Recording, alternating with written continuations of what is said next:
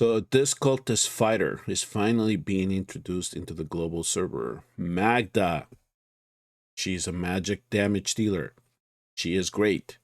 Let me show you what she can do.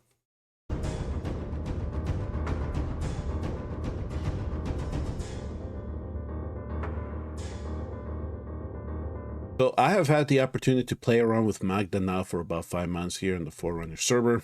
I can tell you one of the things that I like about her mostly is her ultimate. And she is also a fighter that has at least a 1-tile extension. So it's 2 tiles that she can cover. But this illustration here is somewhat deceiving because when she activates in Storming Assault, it actually expands. Her range expands to 2 tiles to the right and to the left of the middle one. So it's a 6-tile strike that she performs. While she is performing this, she attacks 3 times and she deals 160% AoE damage every time. If you can skill all 5 levels here, you're going to reduce her cost and you're going to increase the duration effect of this Storming Assault, which is 20 seconds. And if you can do that to 30 seconds, you're going to deal damage. She also has a basic that deals AoE damage to 5 enemies in range. She has a passive that allows for a penetration increase. That is essentially you ignore 10% of the defense and magic resistance on the enemy. And she also gets a damage boost with 10% to the enemy that she is targeting.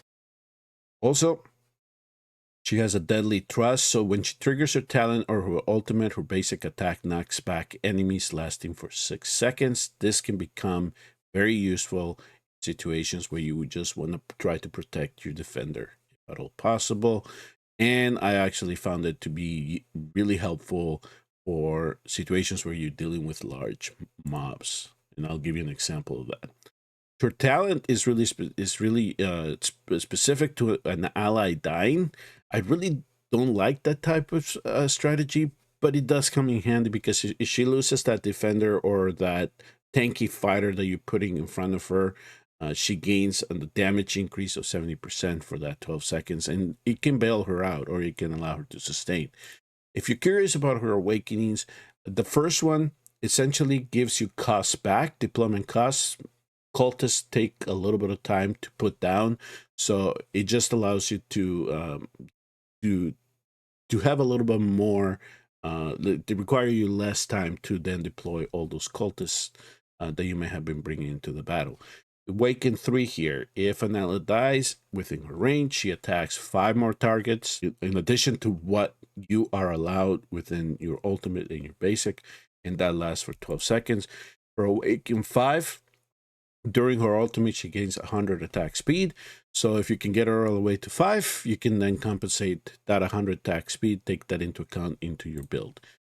She does, with her Awaken 2 and 4, she's just gaining attack to her base and then penetration to her passive. So for the examples that I'm going to give you, this is the build that I usually settle on when I am using her for PvE content. I put in on Soulbound Arcana Ascent. I do usually do two attack bonuses and then some critical damage. In some instances where I do know that I'm going to give her the invigoration, maybe I do 2 critical damage and 1 attack percentage. But what I do try to do is target at least 3 times her base attack or above. So here is 16,000 attack. I did give her some decent speed here, about 339, 340 crit cap, and 320 critical damage. And because I do like her for her ultimate, I tried to give her pieces that have rage regeneration. So here I kind of boosted her in addition to her added by 21.5%. Artifacts, there's so many that are applicable to her. I like her again for the ultimate, so I'm using Iosyn for the examples that I'm going to illustrate to you. There are 2 other ones that you could probably consider. Is Realm of Terror, Rigid Flame, because those are the ones that you gain. You do gain damage by making sure that they are further from the enemy. And not only that, with Rigid Flame, you have to make sure she doesn't get hit. So you can stack a little bit more damage if you want that.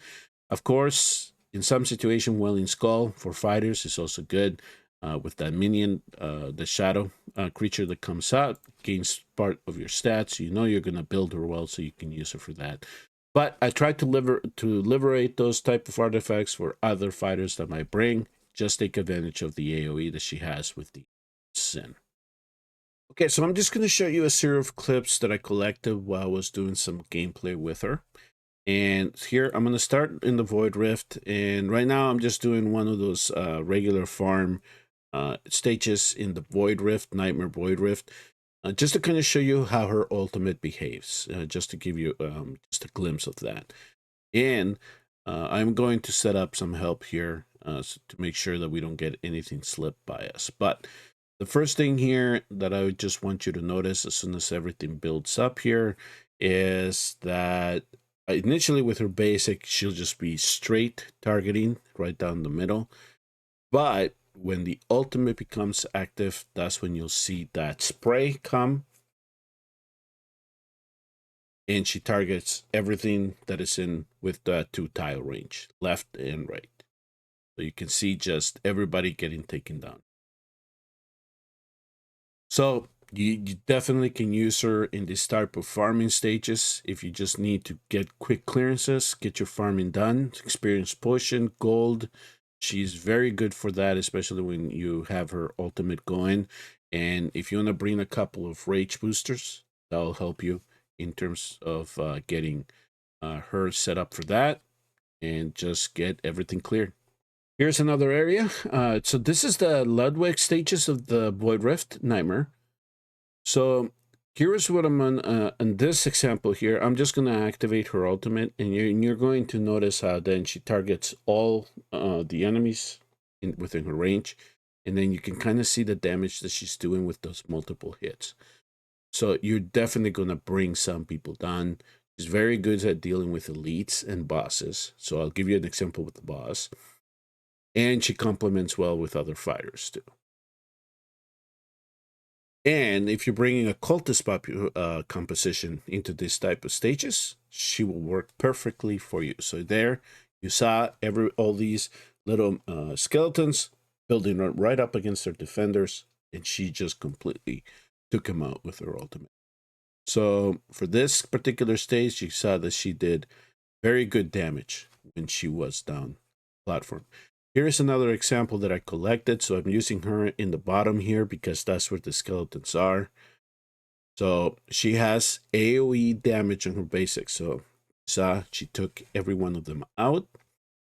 Now here in this example too, Elder went down. He did not make it. So you see kind of 71,000 hits she was hitting. Then Elder died. Her talent kicked in. Now we get increased damage. She started hitting for about 94,000. But at least we were able to clear that minion out before he got to us. So that is exactly how her talent works and how you can possibly use her just in case you think that whoever you put in front of her may perish. Okay, so here we're getting to the end on the boss stage. So what I decided to do is I'm going to bring her atop because I just wanted to show you as to how well she can deal with boss if you do indeed need her for that. And the ultimate should be coming about there. Now I'm going to activate it. Just look at all that damage that you're landing on. And we're going to take down the boss even before the ultimate is done. So she could easily clear half the bar for you. And then you can complement her with somebody else to try to bring bosses down. So there, that's kind of an example that I can give you how I use her in the Void Rift.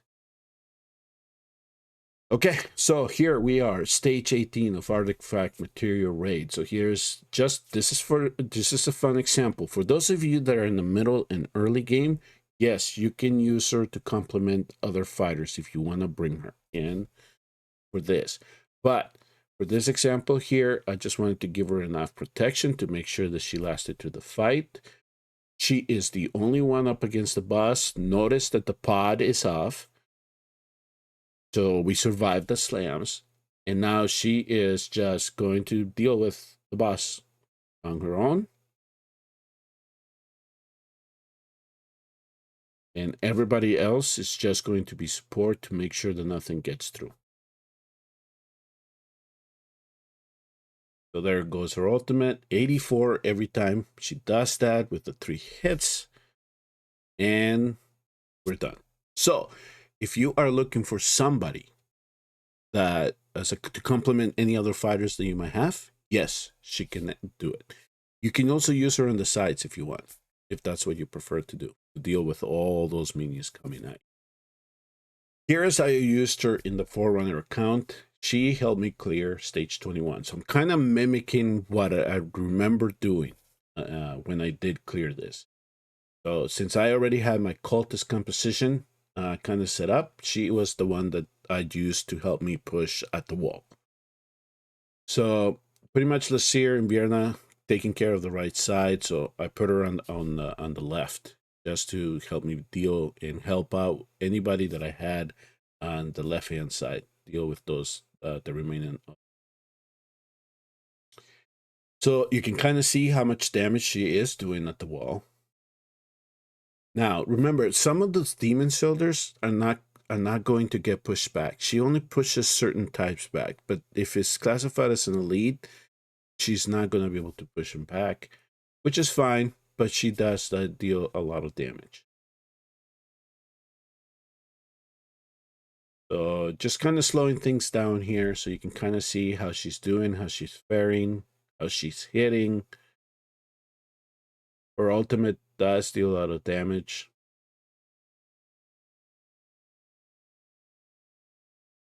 There we go.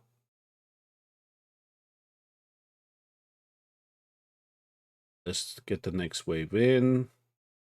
Waiting for her rage to build up again so we can activate the ultimate.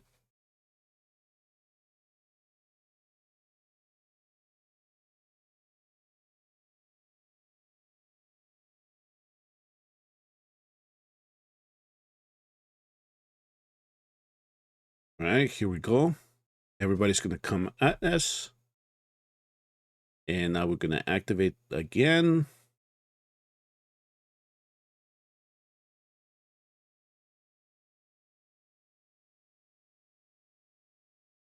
She is putting out decent numbers.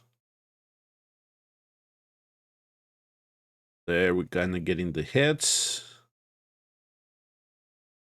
Not the best run that I've done, but it does at least illustrate the example here. So we're gonna set up the anti-healing here. So you can see that she's doing damage. She unfortunately does not push back this particular unit. But just to put her on the wall, she will help you. If you don't have, like a particular good set of mages to help you clear this.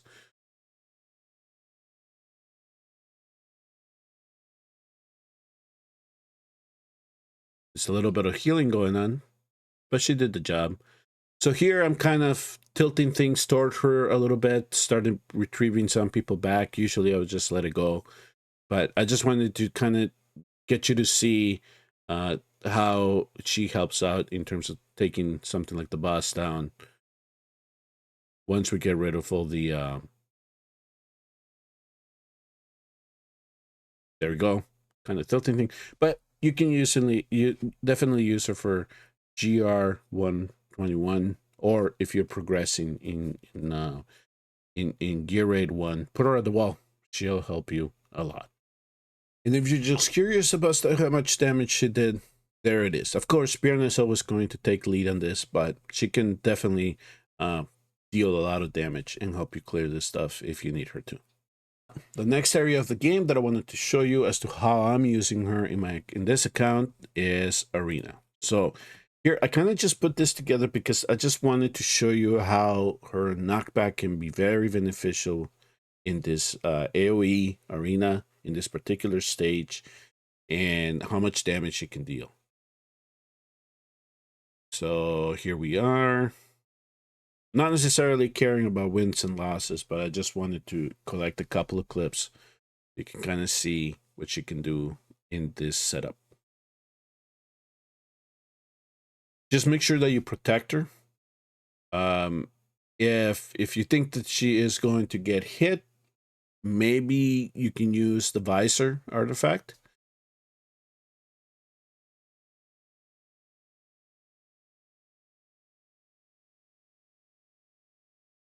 But here we are, waiting for her ultimate to come back up. So there, I activated it, and she just completely took him out. So here is where I'm hoping that I get enough left before the next wave comes in. Sure enough, we took up the bombers. Now we can just deal with everybody else. And whether they're 2 or 3 that are going up against us, it doesn't matter because her basic will take out all of the targets that are near her. Okay, so a little bit of an assist there. And I think that'll do it for this one. So let's let this battle end. Now let's move on to the next one.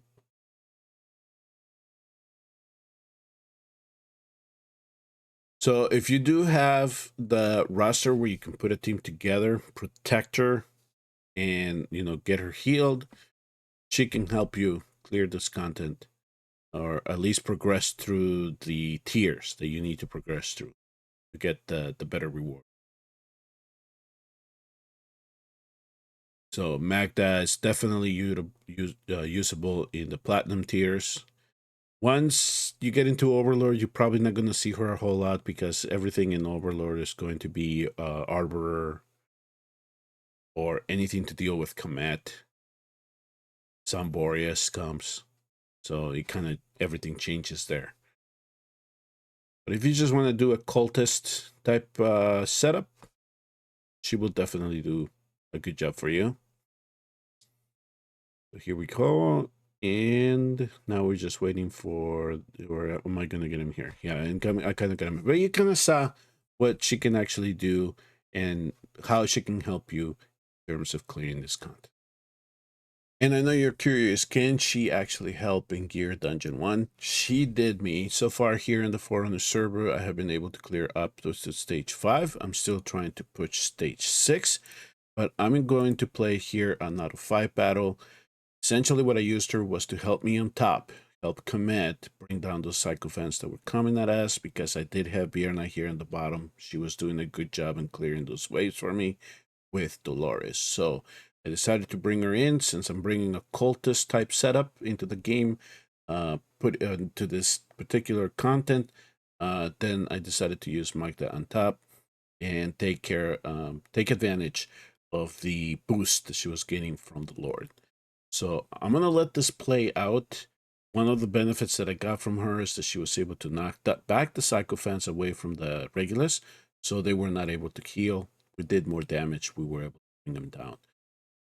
I will slow down the portions where Magda comes into play for you as you finish watching the rest of this battle.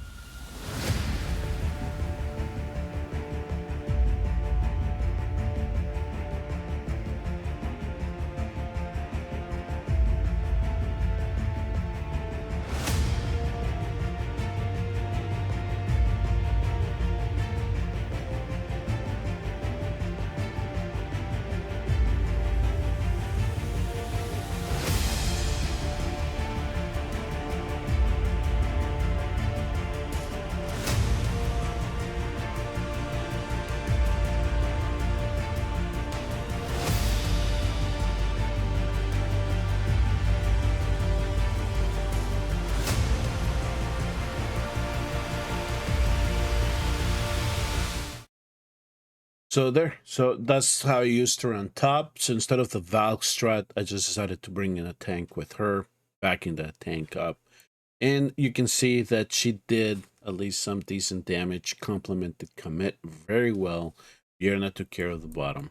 And, as long as you also have that anti-healing, maybe It'll help bring down the sycophants a little bit faster. But that's I use her in Gear Dungeon, and she came in handy for this as well. That is kind of an idea of what I can give you of how you can utilize it in game. If you do summon her, I think you're gonna have fun with her. She's not gonna be like S tier, power up throughout the game, but she is a fun champion. You're going to enjoy it. You're gonna be able to team her up with the rest of your cultists. One of the fighters that can do AoE damage. She's a magic damage dealer, so use her accordingly. You can build her with the Soulbound Arcana set. If you're in the mid to late game, Curse set.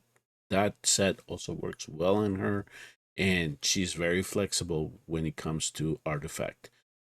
There are 4 different ones that I can think that I have shown you that you can put on her, and she will deal immense damage. So if you do pursue her in a specific banner, in the banner where she is featured, I wish you the best of luck in getting her. Thank you all very much for tuning in and watching. Please remember to hit like and subscribe on your way out. And hey, make a comment below. Are you impressed by her? Do you want to add her to your account? And if you're in Forerunners, let people know that she is a good hero. Together, we are the shield.